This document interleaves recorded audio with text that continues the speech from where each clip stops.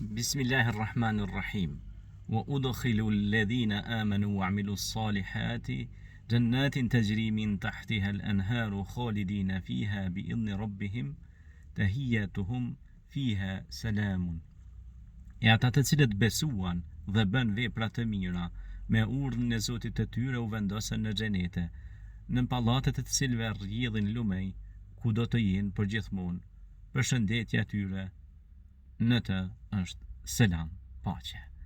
Pra ndaj, besimtar, ky ajet nga surja Ibrahim, ajeti 23 me radhë, na kujton mirësitë e xhenetit, begatitë e mëdha që na presin.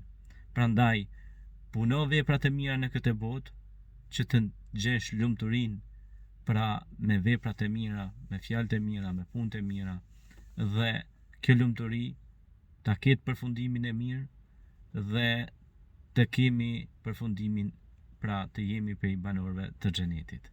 Andaj të bëjmë vepra dhe të hyjmë me selam, me paqe në xhenetet e bukura, ku as mendja nuk mund ta imagjinoj dot se çfarë bukurish të mëdha ka atje.